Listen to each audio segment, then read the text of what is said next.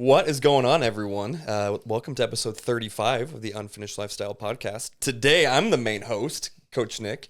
My sidekick, as we'll call him today, is Johan. Yo, what up?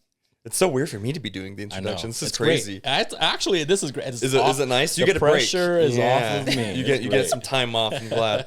But our special guest today is Heather, and I have been dying to get you on the podcast forever. And we finally made it work because you have such a unique story to tell, and I think one that's different than pretty much anyone we've really had on the podcast. So I'm very excited to get you on, talk about your journey when we connected, what started this whole transformation. I also want to talk about what you just signed up for the other day, which we'll get into. Yes. But welcome. How you feeling? I'm good. Glad to be here. Yeah. You ready for this? Yeah, I'm a little nervous, but Yeah, It's normal. it's normal. so if I'm awkward, guys, that's the problem. I'm nervous. Call her out in the video. The one thing Yeah, that I think the one thing that we really want you to be on, because it's not always about the physical transformations. Absolutely. It's the mental and the emotional, right? We all know, if you guys don't, she's lost over 100 pounds, which is why she's on the podcast, and she's not even done yet. Usually when we have someone on a podcast, they're sort of finished with their transformation.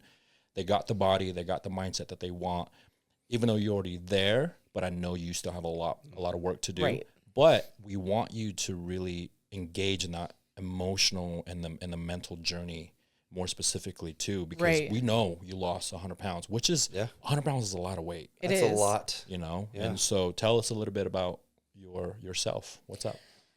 Well, so I'm sorry. I'm like, where do I start? What was your childhood like? Well, so my childhood, I grew up in a really small town in Southern California, which is all like animals and horses, and like we didn't actually have sidewalks. We had dirt trails. I grew up with like kind of on a mini farm, sort of. It was not really a full farm, but anyway, animals, the whole thing. We did horseback riding, barrel racing, all the fun things. But my whole life, I have had weight issues. And so I started dieting at a very young age, like junior high.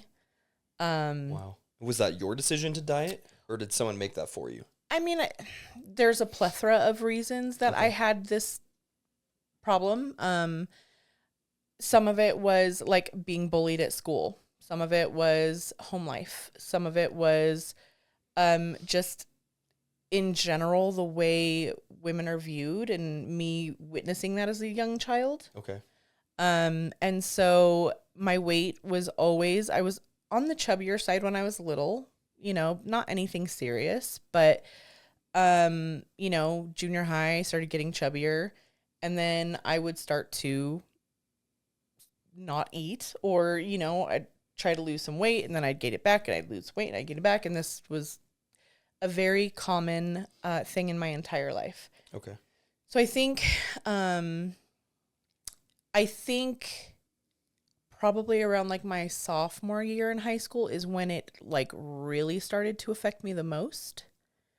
And then In terms of like getting bullied, or just the weight itself? no, or in what terms affected of you? like the mindset of like the dieting, like losing weight and like restricting food, and there was things that I definitely wasn't doing anything in a healthy way. Mm-hmm. We'll put it that way. Okay. So that happened. So leading up to high school, and then what about post high school? I mean, were you still dieting at this point? Or? Oh yeah, no, absolutely. Okay. I mean, it's literally been Your entire like my life. entire life. Okay. I've been going on these bits of trying a new fad diet, and then falling off, and then gaining all the weight back plus more, and then going on another diet, falling off, gaining all the weight back plus more, and it's just a constant loop of that my entire life. Yeah.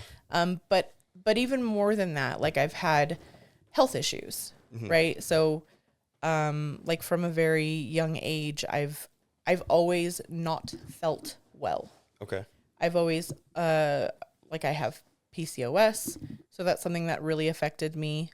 What is that for people who don't know? Oh, for people who don't know, PCOS is polycystic ovarian syndrome, hormone imbalances, that kind of thing. And so that also affects your weight.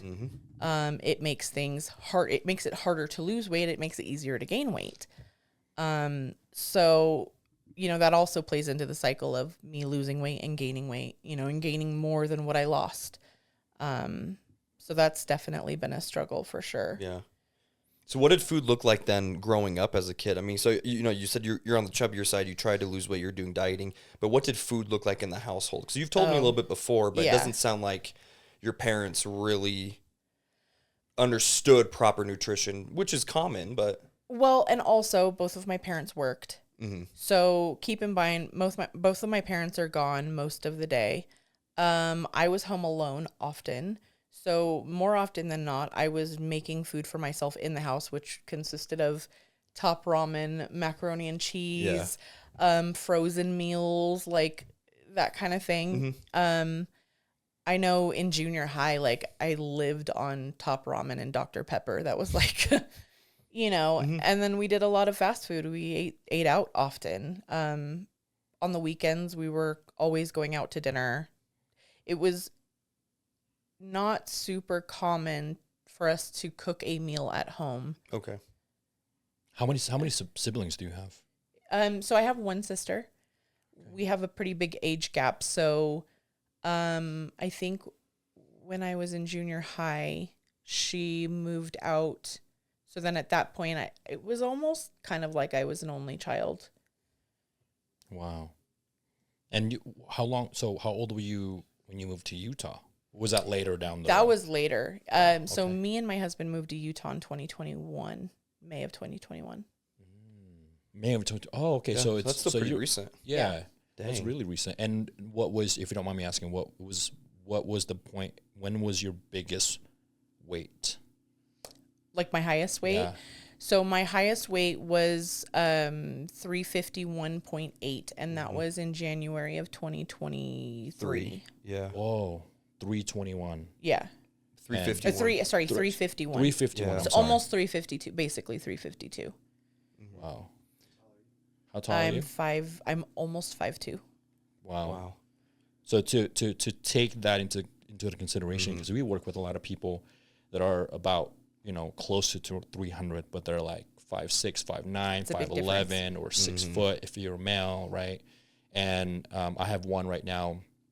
She's out of Vernon. She's very tall, and she's like 250, 260. I can't remember, maybe a little less than that. Sorry for misquoting you. I'm glad I didn't say her name, but and she's very tall. And she doesn't look like she's 260, Right. And I'm like, wow. So the fact that you're not even 5'2", Right. going into 350s. Right. And at that point, in 2021, when I started my weight loss journey, I was really not well. I was at a point in my life where it was hard for me to walk. Very hard for me to walk. I could pretty much make it from my bedroom to my living room, to my bathroom, to my living room. I mean, there was not a whole lot of walking going on. I couldn't grocery shop. When you were that heavy? Yes.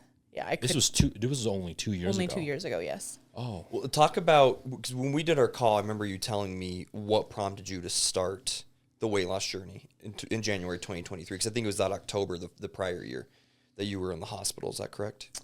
End of that year? It was, no, it was, when was I in the hospital? That was in 2020 when I was in the hospital. Okay. But then, and I still kind of did this teeter-totter thing after that, where I started to feel a little bit better, and then I would get worse again, and then I'd feel a little bit better, and I'd get worse. But I really, truly believed that I was going to die. Like, I told my husband that I wouldn't be alive in another year if I kept doing what I was doing. Yeah. And what made you go into the hospital, if you don't mind me asking? Like, what prompted you to go? So I had started taking HCG shots. And Was that for the PCOS? no, that was it was a diet. Oh. So you would shoot yourself with the hormone in your stomach every day, and your diet was 500 calories. What? And so you're just making yourself extremely fertile and then eating nothing? Yeah, basically.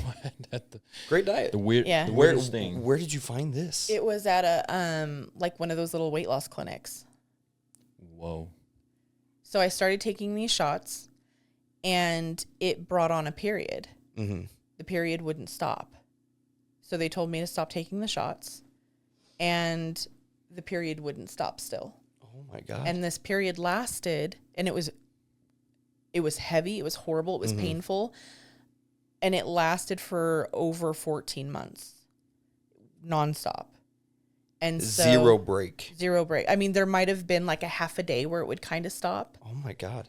And I felt like more and more sick. And so I ended up having to go in for a procedure to try to stop it. And I think it stopped for a day and a half, and then it came right back. Oh my God. And so at that point, this doctor was pretty much like, well, you have to go back on birth control. And I told him birth control doesn't do me any good. Like, it's bad for me. I can feel that it's bad for me. And he was like, oh, well, come back and see me when you want to get pregnant, then have a nice day. And so that's the solution. That was literally birth control or pregnancy. Very literally his response. What a service. What the hell? What a service. 5-star. Literally. Yeah, no kidding. Jesus. And so I go see another doctor, and she finally talks me into going back on birth control to stop it. So I go on birth control for 2 months, and then I went off. And then I stopped having a period altogether. Wow. And so from there, at this point, I think my body was just so not well. It stopped digesting food. Literally stopped digesting food. So I would eat, and I'm sorry guys, this is gross, but I mean, it would come out whole, basically, chewed food. Oh my God. And I was in and out of the doctor's offices. I had procedures, they did like an endoscopy where they go down and look into my stomach. They did a colonoscopy. They did all this stuff, and they're like, yeah, we don't really know. You can try taking this antibiotic and see if it works. And I'm like, well, I'm not going to do that. Like, what the hell's the point of an antibiotic? Well, and at this point, I myself have done a lot of research, and I'm like, okay, so if my body's not digesting food, eating this antibiotic that's going to wipe out like more of my gut flora is going to make the problem even worse. Do they think you had like C. diff or something? Because I've had that twice, and that was one of the most horrific things I've ever dealt with in my life. No, she told me literally, like, we don't actually have an answer for why this is happening, and we can try this just to see if it works. And what year was this? This was 2020. Oh. This was like right before we moved here. Wow. And so, I mean, it was not fun. So all of these issues kind of started to come up since 2020. Yeah, it really snowballed. Like, things just got worse and worse, and I started becoming more and more immobile, and I started not being able to walk as much, and I started to not being able to do things physically. I wanted to go back to that moment. So you said you couldn't grocery shop. Right. You couldn't. The only thing that you could do was literally from your bedroom to the bathroom, maybe to the kitchen, living room, and I could get up, and I had to make it to my next destination before 5 minutes before I had to sit. So everything I did, I had to make sure wherever we were going, there was going to be frequent seating. Like, I remember at one point, a family member wanted me to go to like a little shopping center kind of thing. And I actually like had to get on Google Maps to see if there was like seating all over the place so that I could like walk and sit. People do. I didn't know people do that. Yeah. This is new to me.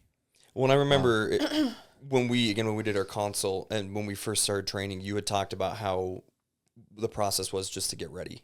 Oh, it was horrible. Take hours just to get ready for something, and just and I remember you used to sound like you were lucky if you could do like 500-600 steps a day. Correct. Yeah. How many steps are you doing now a day? Well, daily I'm doing usually 9,000 is like my normal. Sunday is like my rest day. I call it my couch rot day. Where I probably get 3,000. Like I don't get very much on those days, but every other day is usually about 9,000. Some days like I'll get up to 12,000. But in Zion, I did over 19,000 one day. And you did that just fine. Yeah, absolutely. Yeah. I mean, don't get me wrong. Like my feet hurt at the end of the day, but like, yeah, no, but you wouldn't be able to do that if you would have weighed more than 300 pounds, right? I couldn't have done that in a month when I weighed that much. I couldn't, like, even, I'll never forget there was this one time that I was like, I'm going to walk around the block. And I made it outside. I made it down the street to the corner. And then I was like, I don't even know if I can get home right now. Are you serious? Literally. Wow. What did all this do to you mentally and emotionally when you were at that, I guess, if I may call it, that lowest point? In and out of the doctor's office, zero answers. You're at your heaviest. You can barely move in the house. You know, it takes you hours to get ready. Mentally, emotionally, how did that make you feel? Overwhelmed. Yeah. I was constantly overwhelmed. I was depressed. I was like, the level of anxiety is not really describable. And to be feeling all of that kind of simultaneously is like, there isn't really a word for it. Yeah. I did a lot of numbing. That was like all I felt like I could do was numb. Just like, ignore it. Alcohol? No. I mean, so there was a point where I was smoking a lot of marijuana. Yeah. But more, I mean, numbing more so in the sense of like distracting. Video games, scrolling, just like whatever to just stop my brain from talking. But it's more of sedentary stuff. Yeah. All sedentary. Yeah. Complete sedentary. I remember you saying you and Sergio played video games a lot. Yeah. And there was like one point before we moved to Utah where it would be Friday at the end of our work day. We would go home. We would each order a different meal from Uber Eats or whatever to be delivered. And we literally rode out on the couch playing video games all weekend until we had to go back to work. Well, didn't you say you had like 3 TVs in the living room at one point? Yeah. One to watch a show, one for you, one for him. Yeah. We had his TV, my TV, and one in the middle so that we could watch TV while we played video games. It kind of sounds fun. I mean, it was kind of dope, honestly. And we're kind of we have the same kind of setup in our basement now. However, our use of it is a lot less. Not, very minimal. Very minimal. Yeah. I want to bring it back further because I think this is really important as a parent to talk about. And I know a lot of our listeners are parents, a lot of our watchers are parents. You go back to when you were, kids in high school, in middle school, you were eating essentially box processed food growing up. Was that normal, typical in your life? Is that what your parents are typically, what do they normally cook? Do they do like Sunday dinner? No. They go out a lot? So I would say every great once in a while we had probably, I would say dinner cooked at home, family dinner was probably once a week or less, probably less. Got it. We did a lot of eating out. So like if we were going to eat a meal together, it was usually we would go out to eat, sit down at a restaurant. Is it because it's easier for your parents? Because like I said, you only have 2 of you, right? And obviously plus your parents. Right. Do you think it's easier for them to do that? Or do you think they don't know or don't like to cook at home? I think maybe it's a little bit all of the above. They both worked. And my dad worked a lot, so he wasn't around super often. And so when he was around, he wanted to go out to eat. He also liked to drink a lot. So going out to a restaurant, there's access to the bar. That's how it seems like that's how that's the way he coped in his way. 100%. There's a lot of dads that do that, and moms too, or parents in general. Right. Yeah. Right. The reason why I want to bring this up, it's very important for now, for us, for a lot of us coaches, and we coach a lot of parents. And the first thing we do is say to them and said, hey, you're going to change your life because you're changing your lifestyle, because this is not a diet. And then eventually your significant other, and then it goes down to your kids. Because what me and Nick are doing right now is that our son and his daughter, they don't know any better. Mm-hmm. We do not, it's not that we don't allow them to eat processed food. We do have some, but we limit it to at least 20, 30%. Most of the time we have to cook anyway because we have to meal prep. Yep. Sure. And I think it's really important to start your kids in understanding and educate them what is a good protein source, good carbs, good fat, healthy fats, and understand the fundamental of eating out is okay, but over consuming those things might be dangerous and difficult. Yep. Yeah. And again, a lot of parents don't know that. Right. Now here you are at, how old are you? 30. I'm like, how old am I? At 38. At 38, and dealing with a lot of that growing up. And do you think you wish your parents would have had a better lifestyle? Sure. Yeah, sure. Yeah. But also, it wasn't just my parents that ate that way. I think everybody I knew growing up ate that way. Yeah. It's your environment. It was a small town. It's a small town. Yeah. Like, I feel like maybe some of my friends' parents cooked more, but for the most part, a lot of the people I knew, we all kind of ate the same way. Everybody was eating out and, fast food, whatever. I think that was just kind of how it was. I don't necessarily think, I think everybody just kind of thought that's the way it was. I don't think it's just a lifestyle. Yeah. I don't think anybody had any ill intentions or anything like that. I just think that it was just being unaware. Yeah. That makes sense. Yeah. Parents and sister have weight issues? Does your parents and your sibling have weight issues besides you? Not like me. Gotcha. Maybe a little bit here and there, but not like me. No. I just wanted to bring that back. Yeah. I think it's really important for us parents to really understand.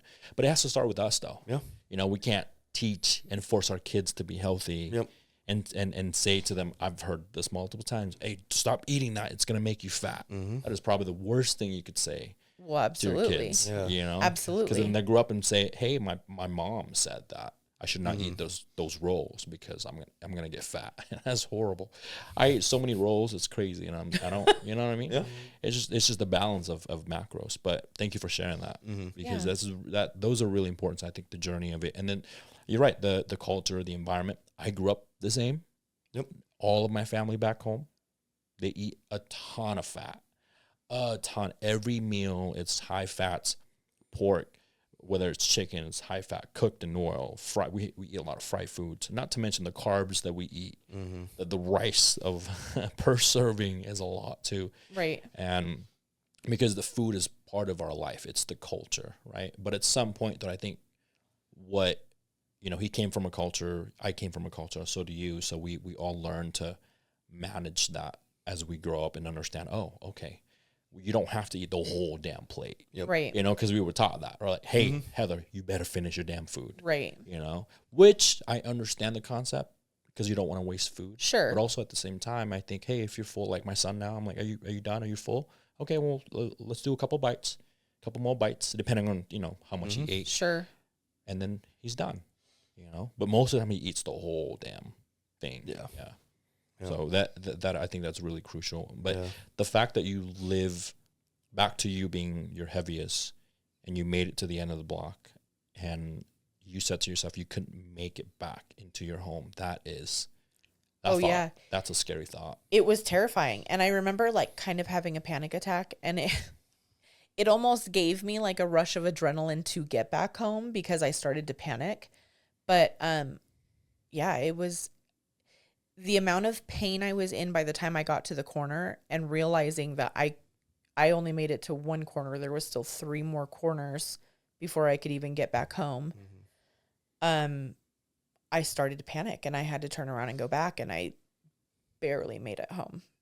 So you got home, and then what? I mean, what next? What was your thought process from there? Like, do I just keep going to the one corner, or did you just completely stop?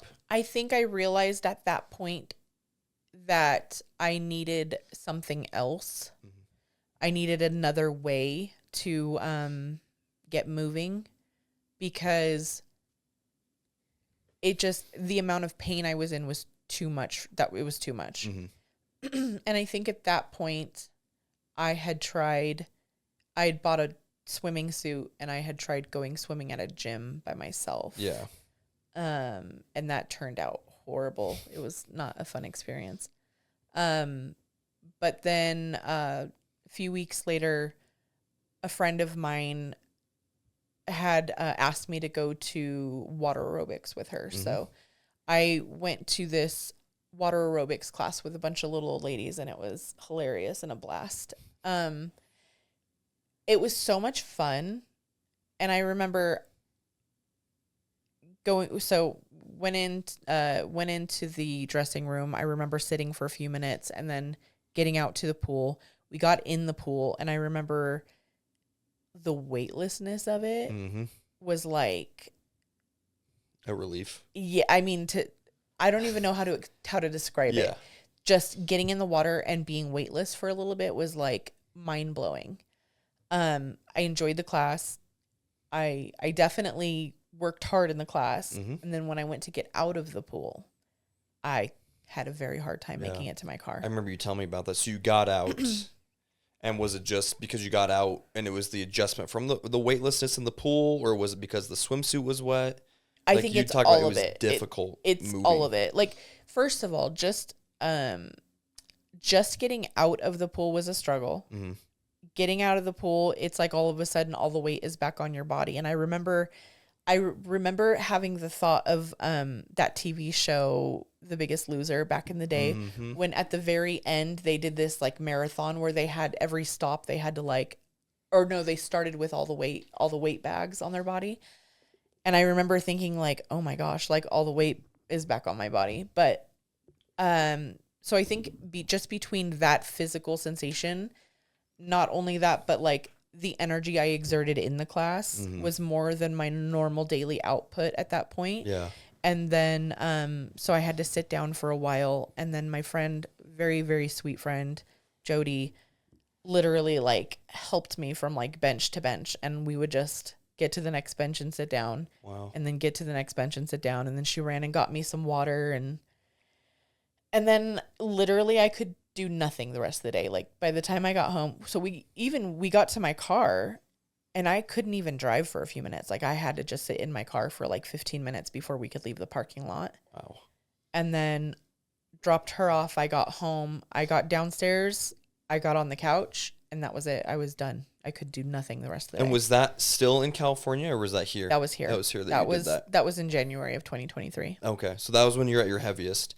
And then, so you lost, before we connected, you had lost like what, 50 pounds? No, it was like 40 something. 40 something? Yeah. Okay. So what sparked that? Was that just doing the water aerobics that got you to lose that much? Or did you also talk about like what you changed in that month? Because we met in August of 2023. Yeah. So talk about the time frame between January and then. So I had started doing Weight Watchers in January. Oh, okay. I don't think I knew that. Oh, no? Maybe I did. I don't know. So I started doing Weight Watchers and also doing the water aerobics. So I was going to water aerobics 2 or 3 times a week, depending on what I could do. Mm-hmm. And I was going to Weight Watchers meetings. My problem with the Weight Watchers and why I didn't continue doing that is they focus a lot on packaged foods. Well, it's like a point system too, right? I think I remember talking about that because didn't you use your points to eat like grilled chicken nuggets from Chick-fil-A? No, that wasn't me. But someone did that. Yeah, no, I think a lot of people did that because the grilled chicken nuggets are 0 points at Chick-fil-A when you're on Weight Watchers. Grilled chicken breast is 0 points when you're on Weight Watchers, or I don't know if it is anymore, but at the time it was. they don't really teach you how to build a proper nutritious plate. Yeah. And they focus a lot on foods that are very processed. Okay. And so I just wasn't super comfortable with that. So then we make it to about March, and I've lost a little bit of weight, but I wasn't really feeling better. And I think because I was still eating very processed, and I still was deficient in things, and I still wasn't, just overall I wasn't doing very good still. And I had this kind of like episode where I got sick, and then something happened, and I thought I was having a heart attack because I had so much pain in my chest. I went to the ER. They think I had like tweaked a rib or something. Okay. But it scared the holy heck out of me. Yeah. And so I was like, okay, I have to like clean up what I'm eating, because I don't think, even though I'm eating in a deficit, I still don't think I'm eating things that are taking care of my body. Right. So I decided to do Whole30, and about a week into it, I started to feel really good, like phenomenal good. And I was like, oh my gosh, I can't ever eat a packaged food ever again. Yeah. All I can eat is these few foods that, you're allowed to eat on Whole30. So I'm doing Whole30, but I'm counting points at the same time. And I just kind of incorporated it that way. So I knew I was still in a deficit, but I'm only eating clean foods. And then I started to feel a little bit better, and I started to like kind of walk outside a little bit. But again, I still had to like walk, sit on a bench, sit on a bench. And at this point, I didn't want to do the water aerobics anymore, because I felt like I was getting a better, like my heart rate was going higher when I was walking, and I was getting a better workout by walking. Okay. Wow. Okay. And then, so let's fast forward then. So then we connected in August of that year. And it was through a Facebook group, the Murray Citizens group. Yeah. I think it's because one of my cousins tagged me in a post. I think it was my cousin Shelly. Yeah. One of them did. But you had posted that you were looking for a trainer or nutritionist. I was looking for a trainer. Yeah. Yeah. And a couple of people had commented, and then she tagged me in it. And so I responded and said, hey, yeah, I'd be happy to chat with you if you're interested. Yeah. And I was in Iceland at the time. You were. And I did not expect to get a message from you like, hey, let's do a call. And I was like, oh, shit. Okay, but it was actually kind of the other way. Was it? It was. So your cousin tagged you. Yeah. Okay, so I have this thing with rules. I make rules for myself. If I am feeling indecisive, I go, and on this post, I had an insane amount of people respond. There were a lot of responses. And so I'm like, okay, what are my guidelines? What are my rules? My rules were, if somebody got tagged, I didn't have to talk to that person unless that person responded. And so, specifically, the trainer had to be the one to say something on the post. Okay. And so, there was a bunch of recommendations from people tagging a bunch of trainers, and majority of them were bodybuilder types. And I kept seeing all these like bodybuilder types come in. Hold on, wait. Did I not look like a bodybuilder type? No, you did. No, you did. I'm actually, just kidding. I'm I'm going, just kidding. no, guys, I'm going somewhere with that. That's why I said it. Oh, shit, okay. And it looks like he's doing tax. Story time. I look like I'm in HR. Story time. So, so your cousin tagged you, and I saw your little picture of this little buff guy in this picture, the little circle, and I went, I don't like your tone. No, it gets worse. It gets worse. And I go, oh, there's no way. I'm not going to work out with this guy. Like, there's not a chance.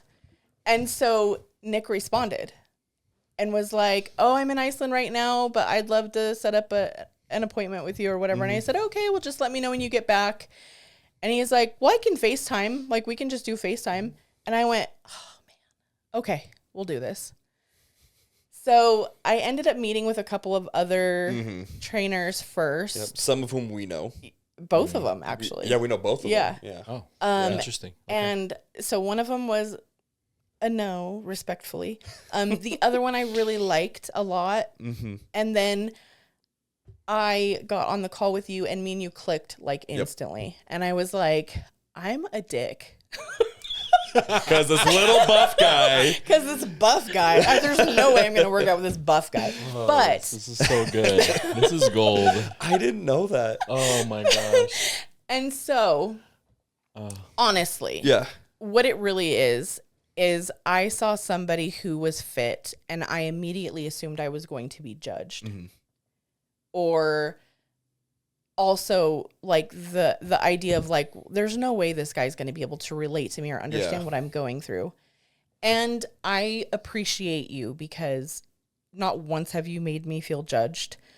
As a matter of fact, you've had my back more than some people I've known most of my life. Mm-hmm. And I appreciate you a lot. Of course. Well, I appreciate you saying that, because I mean, those are valid fears, because unfortunately, our industry is just full of shitbags. And we've all talked about this a lot. There's a lot of terrible people in the industry who I did a post about it a while ago. They use fear and insults to make you feel bad about yourself, so then you'll end up signing up with them. Yeah. Right? It's like some weird psychological thing. I don't understand why they do that. But then at the same time, they're like, no, I know what you're going through and it's so hard. I don't fucking know what that's like. I'm not even going to pretend like I know what it's like. And that'd be horrible on my part if I'm trying to pretend like I know what it is you're dealing with, because I don't. So I mean, you have to be honest with it. And like, I don't know I don't know what that feels like. I don't know. I'm not going to pretend to, but what I do know is we can make a change. Right. It's not going to be easy. And we talked about that. Right. You know? Right. At the point when I decided to sign up for a trainer, though, I was to the understanding that I had to change. Yeah. And at the time, I really thought, oh, I just need to learn how to lift weights. And that's really kind of what I was going into, because I'm like, I've got the food thing dialed in. I'm eating all these only natural foods, and there's no processed nothing in this. And I was kind of like in this mindset of, I didn't realize how scared of food I was at that point. Yep. And so I remember asking you if I could just do like the training and not the food part. And you're like, no. Yeah. I was like, well, 'cause you remember you asked me that. I'm like, well, let's look at what it is you're eating. And then what we'll do is I'll build your plan around what it is you're eating. And then from there, we can make modifications. Right. And so I was giving you examples of things you can eat. And then I remember, I can, you know, if you need something grab and go and you're out and about for lunch, we can do a sandwich. And I thought you were going to jump through the computer screen to Iceland and choke me because I told her she could have bread. And you shut that down hard. You also mentioned wheat thins, and I about Yeah, had an nope. aneurysm. Yeah. I'm like, yeah, we can give you a sandwich. No sandwiches. I don't eat bread. I can't have bread. You should have recorded this consultation. This is very hostile environment right now. So my wife and I, we were out. I think we had done a day tour that day, and we went through like the whole southern part of the island, and then we got back to the hotel, and it was 24-hour sunlight. So I did the call because even though I was tired, as bright as it is outside right now is how it was. I think it was like 9 o'clock in Iceland when we called. And so I was still awake. And I'm like, I'll just do the call now. And so we jumped on and we were talking. But yeah, I remember I told you, I mentioned bread, wheat thins, and there's something else. And you were like, Not a chance. No. There's no way. Yeah. Bread? Are you kidding me? I don't eat bread. yeah, I was like, oh shit. Okay. Like, Now, how much is bread how do you it's eat gonna now? So not every day, but there was a minute where I was eating 2 sandwiches a day. Yeah. yeah. Yeah. It's fine. Yep. It's not the devil. So we've talked about it before, but I do want to ask, what made you choose to go with me and our company over everyone else who commented on that post that you would talk to? Well, so I talked to quite a few people, and I mean, a lot of them I could just tell right away didn't fit what I needed. First of all, couple of them vibes were off. I'm a vibey person. I've got a vibe. There's no vibe. There was one gentleman that I liked a lot. And I think just between you and him, I think me and you just connected better in a different way. And for me, a lot of it was, I was going to say personality, I guess, but that's nothing against the other person's personality. yeah. So I don't know how to explain it other than just that I think we just had a better connection, and I felt stronger going with you. I like that. I want to go back to, because it keeps popping up in my head, when you went to the water aerobics for the first time. Yeah. The fact that you kept going, the fact that you didn't quit, that says a lot. Because you know how many people, they try it and they're like, nope, I'm not coming back. Well, at especially that first time getting out of the pool. Yeah. That would have been a lot for people to be like, no, I can't do this. Not once you mentioned, oh, people were staring at me or people were judging me. You never, I love, the one thing I love about you, by the way, is you never, not an ounce or a gram of victim mentality in your bones. It took a lot for me to unlearn that, because in the past, that was very much a part of my story. And I started to, I remember, so when we moved to Utah, my husband works a lot. And at the time I was unable to work.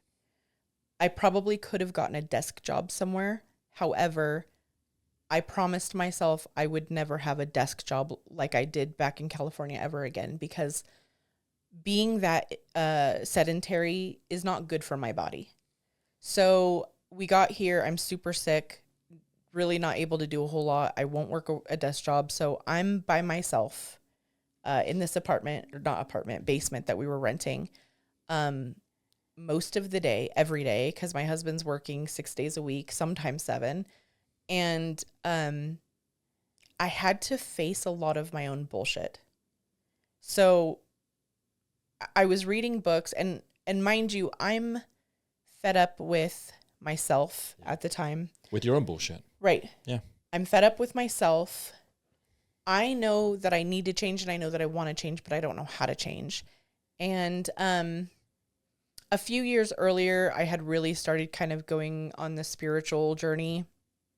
And I think being by myself in that basement, I started to read some books about things.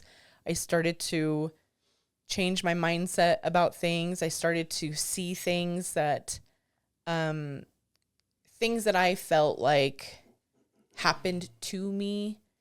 And then I started to realize, okay, but I also played a part in that, because I allowed this, because I wasn't being true to myself, and I didn't stick up for myself, and you let it happen. I let it happen to a certain degree. Right. And so I sat in that basement and did a whole lot of crying by myself, which sounds horrible, but it was honestly the best thing that I think ever happened to me, because I was able to kind of like purge out some of this negative emotion that I had stuffed down, and I really started to take an account of my life and pay attention to the things that I was doing that was keeping me sick. Mm-hmm. And so by the time I started the actual weight loss part of my journey, I was so locked in mentally, there was nothing that was going to sway me. Yeah. There just wasn't. And you left it all behind. 100%. Mm-hmm. And you have to. So a lot of our clients are listening to this right now, and they know. They start with us. We ask the same questions. We said, okay, is this the time that you're going to actually making the change? Because we don't want to waste our time. We don't want you to waste your time and money, because there's so many people that want to work with us that would rather take your spot. Right. And unfortunately, we do still have a few people that come in and they think it's a great idea to hire a coach. And then they do it for the first 2-3 months, and it's hard. Yep.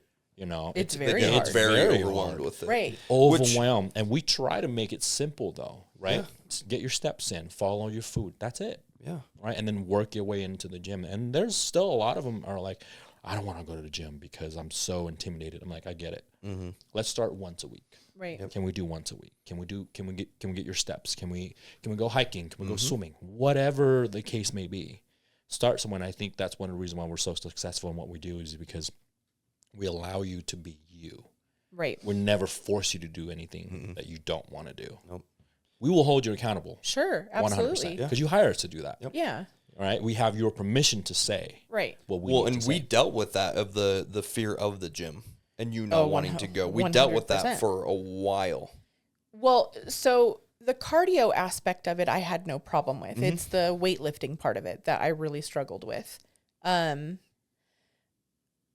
Yeah, you could get me to do cardio at the gym, no problem. But I'll never forget, like, the very first time that I was like, I'm going to the gym today and I'm going to do cardio and then I'm going to do legs. And I was like super stoked. Mm-hmm. And I'm on the treadmill doing my thing. I get on the leg extension machine. I did a couple leg extensions. And then I went over to the other area where there was like all the leg machines. And I just was like looking at them and I started to panic and I started to freak out. And I literally walked out of the gym and sat in my car and cried.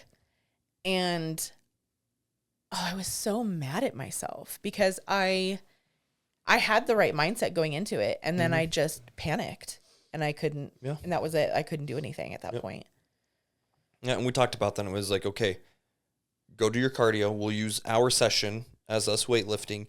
But then we did the exact same thing. Let's try. I want you to push yourself, do one day by yourself. And then from there, we'll slowly increase as you get comfortable. And now, do you still have some of those same anxieties, or are you able to go into the gym, do your cardio, go weightlift, call it a day? So I still will have some anxiety come up, but I can override it a lot easier than I ever have before. Mm-hmm. It doesn't like turn into a full-on panic. Like, not leg day. I love leg day, but other than leg day, like I know there was a couple weeks ago I was going to do, I don't even remember what it was, but I just remember being on the treadmill and then I still had that like kind of panic feeling come up and I'm like, you're fine. Just go do it. And I did it and I was fine, you know? And I think that was one of the days where I even was like, damn, I had a really good workout today, you know? So it's overriding that thought and realizing that like, this thought's not true. I'm going to be fine. Yep. Like I know what I'm doing. I know what I'm here to do. I have my plan. I'm good. Like I can do this. Yep. Well, and we talked about that too. And it brought it up that those feelings you're having, you're not the only one in that building with those same fears. I'm sure 99% of the people in that gym are probably dealing with something like that. Again, 1% of the gym goer population, and there's going to be those no-neck gym bros and the assholes that we don't want to deal with. But the majority of people who are in, did you just point at me? I saw that. But Heather's first No impression. neck. It's a no neck one. it's right there. But the majority of people who go to the gym are there because they're trying to fix or improve some part of them, whether it's physical, if it's mental, it's emotional, a confidence issue, whatever it is. And we have those fears of people are looking at me, they're going to judge me for doing this. Well, that person that you are assuming is having that thought about you and judging you, they're looking at you like, she's going to judge me, you know? Yeah. Well, and I also had, I don't even know where I heard this, but somebody was like, you know, you're in the gym, you're working out, somebody looks over at you and they give you a dirty look. And now you're in your head thinking they're thinking all these bad things about you, but really they're just thinking about how, you know, their milk was expired when they poured it into their cereal this morning and they're pissed off about it, you know, and we put our own fears and our own, whatever's going on in our head, we project that onto other people and assume that they're thinking that about us, but really they're in their own world. They don't even realize that you're standing there. Exactly. No, I mean, that's exactly it. Yeah. But then I want to go back to the food. So we started, I gave you your meal plan, and then I remember you got started on it. I came back from Iceland, we had met, and you told me the first time that you were getting hungry. And I was like, okay, well, I need to increase your food. And there was a little bit of pushback, but I'm like, you're okay, because I wanted to increase your carbs. And you were not having it. And I was trying to figure out how to do it with your food. I'm like, can we try wheat thins? Can we just try one piece of Dave's Killer bread or a Canyon 7 bread or something? And there was so much pushback. But then you finally gave in and gave you more food and your weight dropped. Right. So talk about that. Well, so the carb thing kind of obviously weirded me out. Because at the time I think I was only eating potatoes as a carb source, maybe, and fruit. Yeah. But I gave in to the Dave's Killer bread, but honestly, for me, it was like, you're going to increase my food and I'm going to gain weight. Like, I've done all this work. I'm down like 45 pounds or whatever it was. And I'm like, and now you're going to have me gain weight. Yeah. And then you gave me more food. And I remember for like 3 or 4 days, I felt like I could puke because it was so much food. Mm-hmm. I'm just like, dude, there's no way. Like, I can't eat all this food. And you're like, trust me, in a couple of days, you're going to tell me that you're hungry. And I'm like, okay. All bullshit, huh? Like, I should have gone with the other guy at this point. Sure enough, within like 2 or 3 days, I was like starving. And I'm like, if you don't give me more food, I'm going to eat my fingers. Like, I'm so hungry. But your weight was going down too. Because when when you started with me, you were 302.7. Okay. That's what I have on your transformation post. Yeah. And so your weight started going down. And I remember when you got below 300. And then I think that was when you had the buy-in. You're like, okay, so shit, I need to eat more food. Isn't that weird? Every one of our clients listening to this right now, the same thing. They all said the same thing. Almost every episode, mind you. I believe that wholeheartedly. You're feeding me more? You're gonna make me fat. Literally, it's what they say. And I'm like, no, like you need to understand your body needs more food. You're barely eating 1,200 calories. And you're doing so much. Yeah, you know what I mean? 500 calories with being on HCG, that's crazy. That is crazy to me. So when we go into it, they come into our office and they expect us to say, all right, Heather, we're going to eat 900 calories today. Right? That's what a lot of our clients expected. Yeah. You know, but little did they know, they come in, we reach a metabolic rate first. And with doing so, you'll manage to be below 300. What was the highest we got you to? Like 2,700. It was a little what? Like, 330 grams of carbs, I think is what we got you before we started our cut.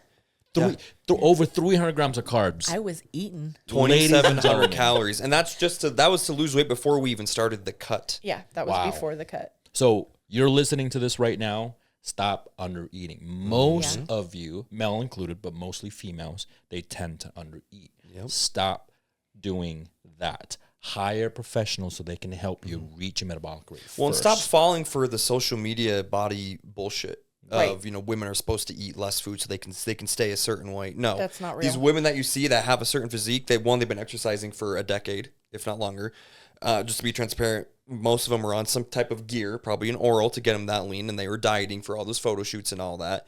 But to get that lean look and that muscularity and have the butt or the legs or the back or shoulders, the thighs, whatever it is, they had to eat a shit ton of food to put on that size before they went into their cut. You can't just go eating 1,200 calories or less a day and literally kill yourself exercising to then look like that. Right. Well, and so for me, prior to all of this, my entire life, from junior high when I first started until I started working with Nick, I have never had a regular cycle ever. So I probably had a cycle once every 3 to 6 months. Wow. And I even went at some points years without having one. And so when he got me up to maintenance calories, I got my first cycle that I had since my period stopped. After the surgery, right? Yeah. And the birth control. Yeah. Yeah. So I had gotten my first period from then. And then I've had one every single month since he got me up to maintenance calories the first time. Yes. And that was even going through the cut. Yes. But something that I've noticed since being at the deepest in my cut that I was up till now that we're working me out of it, towards the end of my cut, my like PCOS symptoms started getting worse. Yeah. And I didn't really put 2 and 2 together until just last month when we're working me out of my cut and I'm starting to get more food and my symptoms are starting to regress again. Yep. Or regress, not regress. Digress or whatever it is. Yeah. Yeah. You know what I'm trying to say. There's that, but then that is pretty normal when it comes to PCOS, because I've had multiple clients that start the program and then they say, "Oh, 3 months in, I have a period again." I'm like, "Wait, what?" We've had some people get pregnant. Yep, we've had clients that could not get pregnant at all. 3 months into it, we're doing great.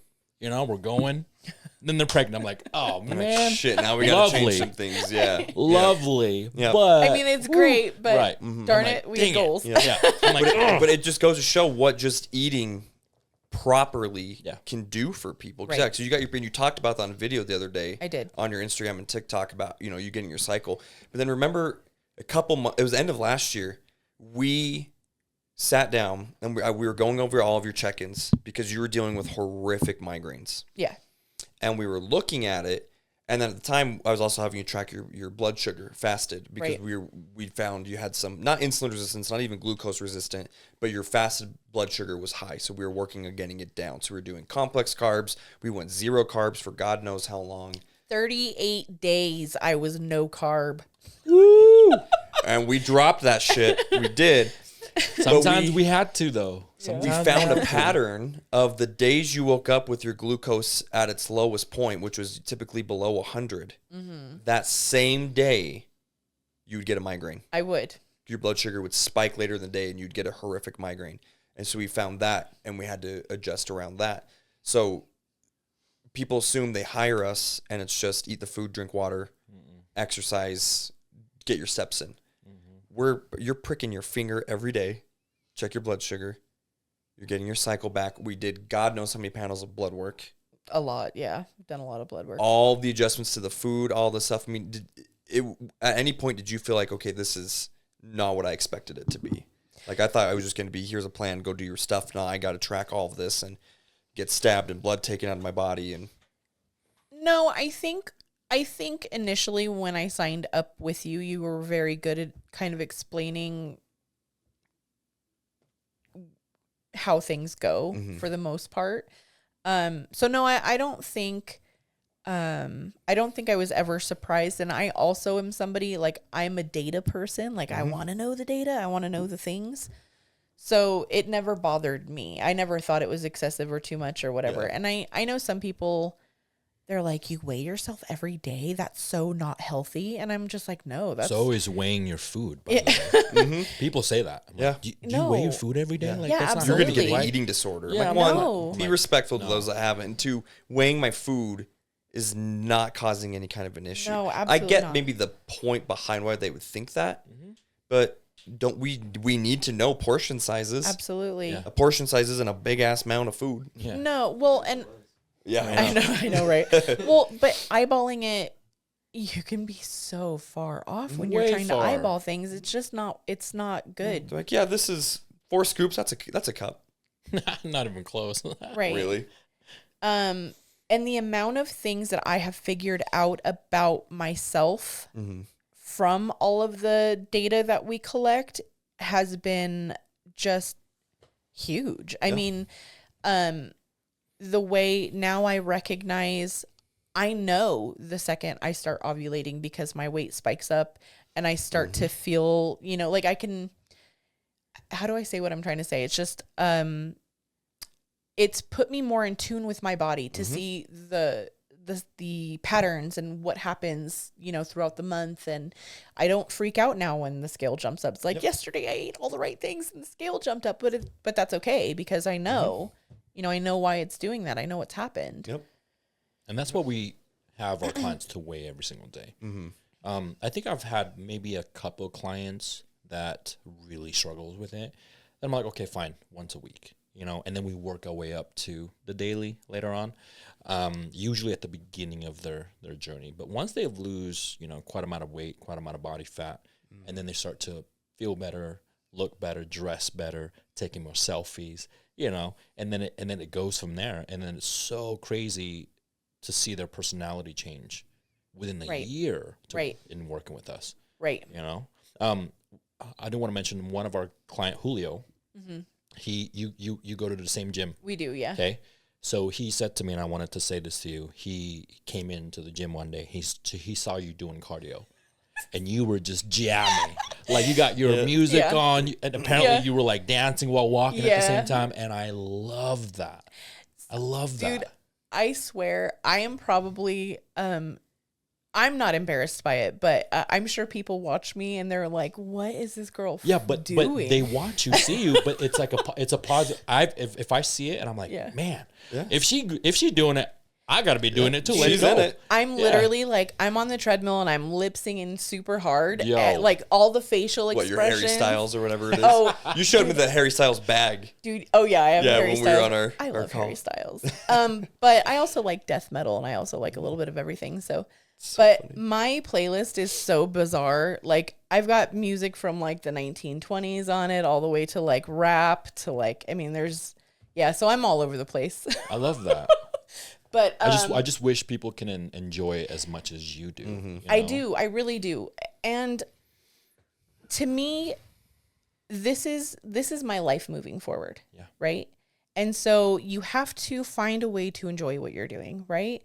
So why not blast whatever music you're feeling? And I get out there. I wouldn't say I do say that I dance, but it's not, I mean, it's not really dancing, but I definitely like, I'm walking to the beat and I'm like lip singing super hard. And I'm sure people are like, you see this girl over here? No, it was awesome. I didn't know that he had seen her. Yeah, That's fun. And that's. I made a post about it actually. Oh, you did? I did because I like that day.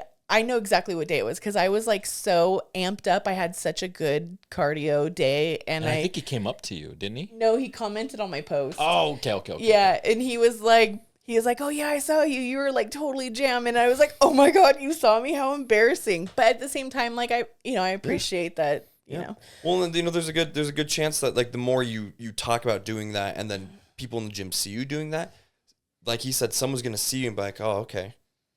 Like that helps them to relax, and they feel comfortable doing at least just getting on the treadmill, right, or doing something. Have fun, like just get in there, enjoy yourself.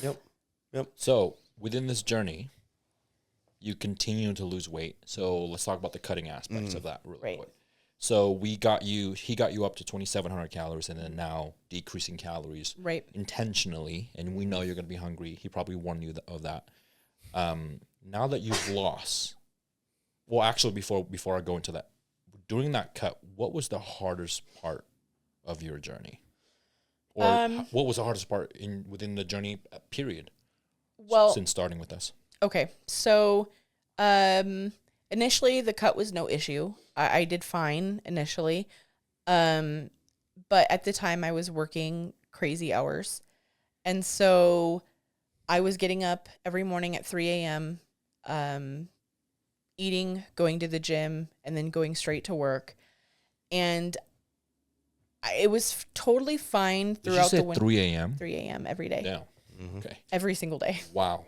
And then I would even try to wake up at 3 a.m. on my day off because I didn't want to get out of that routine. You know, sometimes you sleep in and then the next day it's killer. It's a lot harder. Well, it can't be killer getting out. When you're getting out of bed at 3 a.m., you gotta get out of bed. You can't. Sometimes it's kind of like a cheat meal. You have a cheat meal and you're like, man, I don't want to go back to eating. Oh, tomorrow. 100%. I had to get used to that at the beginning of my journey. Yeah. Now I don't have issues with it. But. So I would go to the gym, I would go to work, and during the cooler months, it was not that big of a deal. But during the summer, it was really hard because I was outside in the heat, no breaks, 12-hour days, maybe longer sometimes. And I started to hit a wall. I hurt my ankle, so I'm in a boot. I'm out in the heat, not getting breaks. I'm starting to get dehydrated. I'm having like some issues. And then I started to like fall off plan a bit. So I started to gain some weight back. And then I kept trying to push through the summer because I'm like, if I can just make it to the colder months, I'm going to be fine. But towards the end of the summer, well, I ended up having to go to urgent care from working this job. And then like heat stroke or something like that, right? Yeah, I mean, at the first time I went to urgent care, they didn't really do a whole lot. They were just kind of like, oh, maybe you're dehydrated, drink some water, whatever, get some rest. I'm like, rest, what's that? But then the second time I went to urgent care, I could like not keep my eyes open. I'm talking to the doctor with my eyes closed because I was like, literally like my battery was done. And so I had to quit my job, and that was like the hardest. And I think it was kind of a perfect storm of things because it's like I'm in a highly stressful situation. I'm out in the heat, so there's a physical element to it. And then I'm in a deep deficit and had been at that point for almost a year. Mm-hmm. And so it was like the perfect storm of things that it was finally just like, oh, I have to choose my health. That's what I have to do. So I ended up quitting my job and getting refocused. And so by the time I quit and was able to actually leave, I was up like 28 pounds, which was a bummer. Yeah. But then I jumped right back on and You lost yeah. all of it, basically. Yeah. So what day and month and hour and minutes did you actually hit that 100 pounds down? It was I think I can find it. You Yeah. can find it, yeah? so I'm pretty sure it was the day after Valentine's Day. This year or last year? This year? Yeah. Oh. Wow. Wow. Trying to see if I can find it. I bet I can find it. And what was that moment for you? So this is going to sound bad. I was going through some stuff when I hit that big milestone. So I had just lost a pet that was like I remember that. Yeah. the love of my life. So I had remember very conflicting feelings about it. However, I was very proud of myself. Very proud of myself. But I also know that like the work's not done, right? Yeah. So this was a huge milestone. I'm super proud of myself. I will say though, when I got below 250, that for me was even more significant than losing 100 pounds. Like being on the other side of Below 250 yeah. was like, I'm in the lower half of the 200s now. Like Yes. that's a, Perspective. yeah, to Yep. me, I'm like, damn, I'm so much closer to my goal now. It's only been 3 pounds, but So it was Thursday, February 13th, 7:08 in the okay. morning. You sent me the video saying, nice job. Did you know you've lost 100.3 pounds? yeah, with the little fireworks. Yeah, with the little fireworks. Yeah. Yep. That's Yeah. such a huge milestone, Yep. man. I mean, there's only a few people, that we've known. I think one of them, Jordan was one of them. Mm-hmm. You're one of them, and there's a few more people that are coming into our program that I know it's probably going to hit that mark as well. So it's and to think of, when they look at you, I'm like, wait, you lost 100, right? It's like you're not done yet, and we Right. know you're not done yet, Right. but we want you to come on the podcast and just share. Mm-hmm. Because I didn't know that you had to go through Google, thinking about going to a mall, Yeah. thinking about how many benches, and to think of how many people living that lifestyle. Mm-hmm. That only scratches the surface. Like the extent of how bad it really was and how well I hid it from people.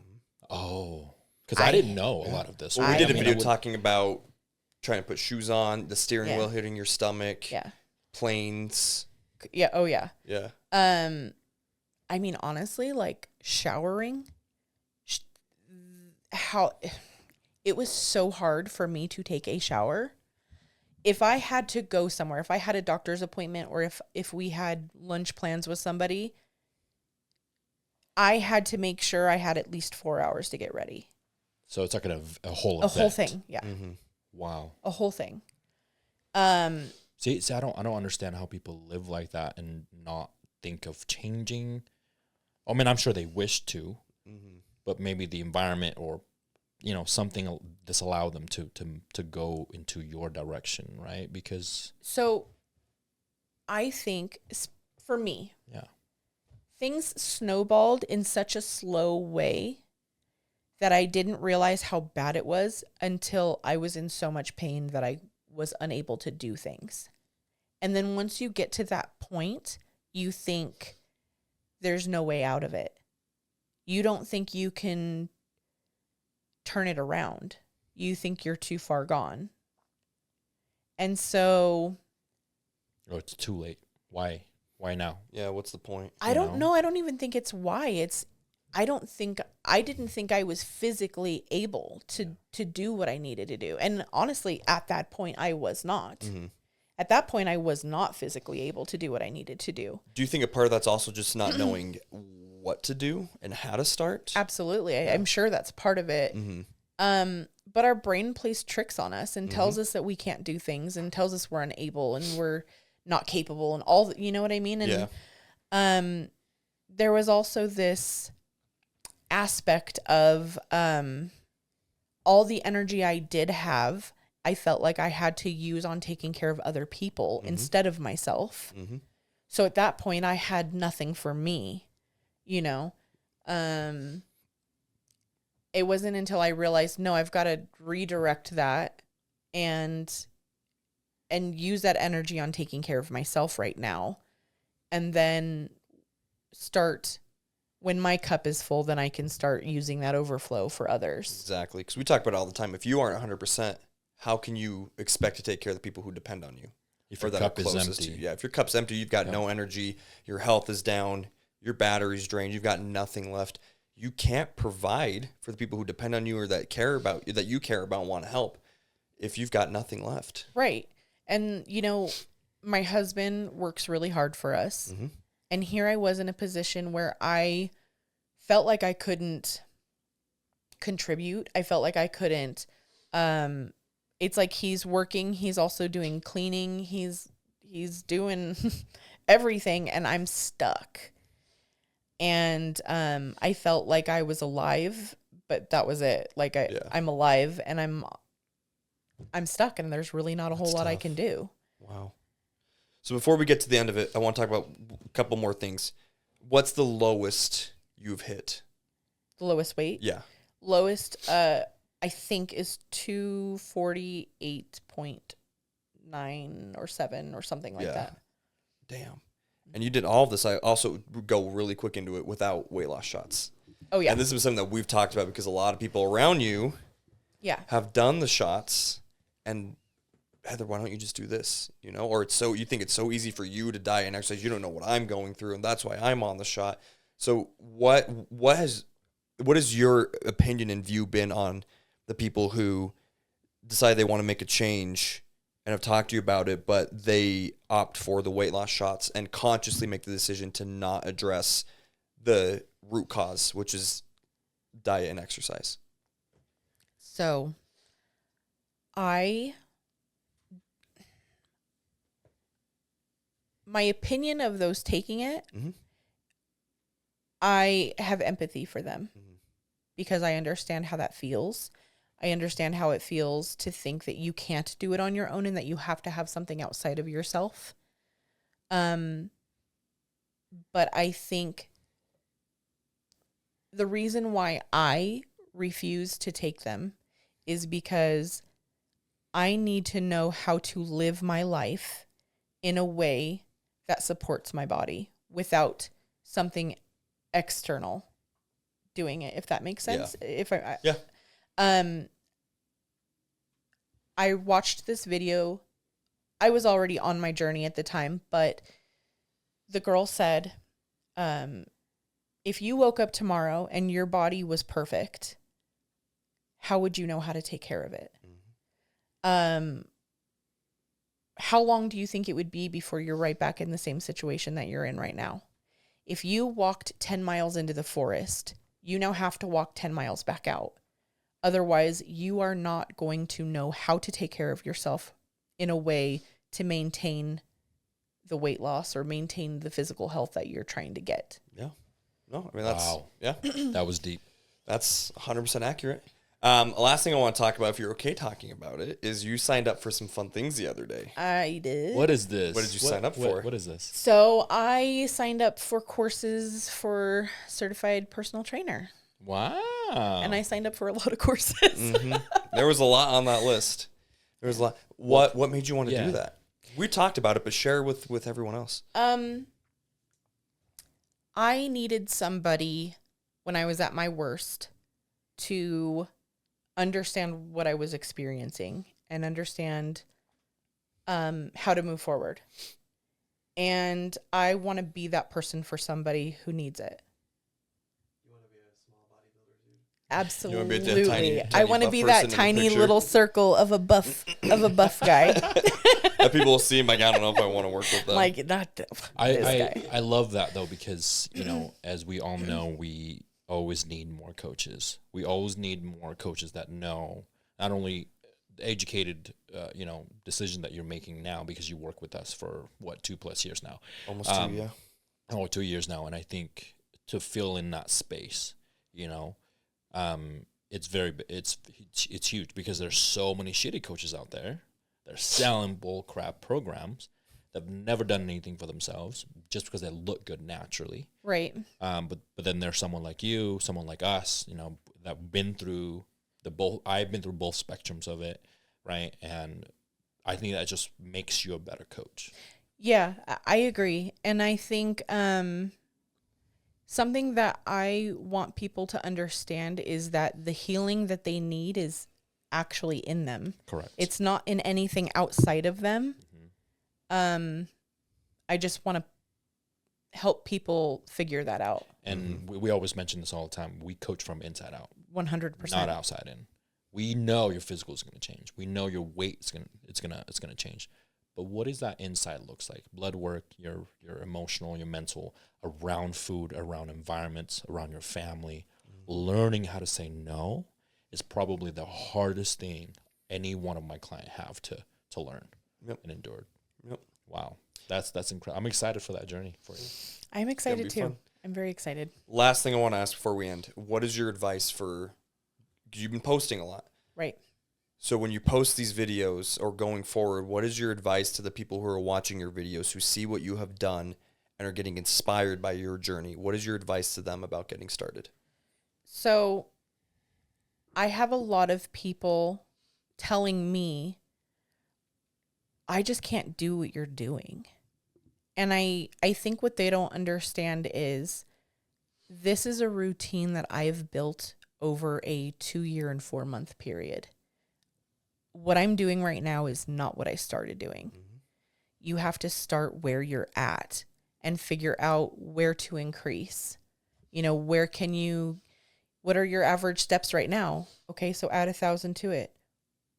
What is your diet like right now? Okay, well, let's maybe remove one of these, fast food meals and pick a healthier option. Start small. Do something that is obtainable. Something that you're going to wake up tomorrow and be like, it's just one meal that I have to swap today. I can do that. You can't overhaul your life overnight and expect to make that your lifestyle for the rest of your life. It's just not going to happen. Pick a couple of small things that you can maintain for a couple of weeks. And then after that, crank it up a little bit. I love it. Awesome. Small little wins. Yeah. Absolutely. Little progress is better than no progress, ladies and gentlemen. Damn. Well, thank you for being on. I appreciate it. This probably isn't going to be the last time you're on the podcast, because we're down 100 pounds. As we make more progress, we're going to bring you back on, talk about that. Absolutely. Continue to share your story. So again, thank you for coming on. I appreciate it. Me. It's weird being the main host on this episode. I'm not used to doing the intro and the outro. It's nice for me. Yeah. But thanks again, everyone, for watching the podcast, listening to it, sharing our reels. We've gotten a lot of people who have actually found us through our podcast. Yes. Come up to the gym and tell us how much they love it. So it's nice to know that our podcast is making a difference, but people are getting inspired by our clients' journeys and their story, which is why we started this in the first place. So with that, thank you again. That's about it. Peace.